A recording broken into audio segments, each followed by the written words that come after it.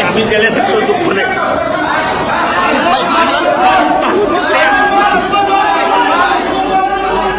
ভাই কান্না করবেন না, সব ঠিক দিব। ভালো থাকলে আমি খুশি, মানুষের করার চেষ্টা করছি। কি নিখুঁত অভিনয়!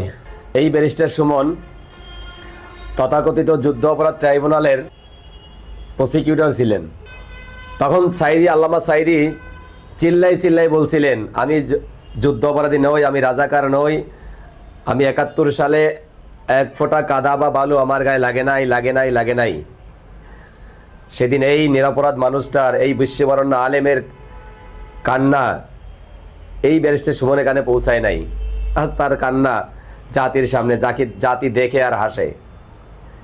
একটা বাটপারের সাজা হচ্ছে, একটা বাটপার তার যোগ্য জায়গায় আছে।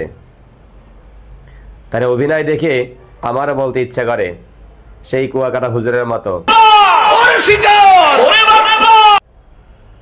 কোথায় ছিলি তুই সেদিন, যেদিন একটা নিরপরাধ মানুষের কান্না তোর কানে পৌঁছায় নাই, যেদিন একটা নিরপরাধ মানুষের আহাজারি তোর কানে পৌঁছায় নাই।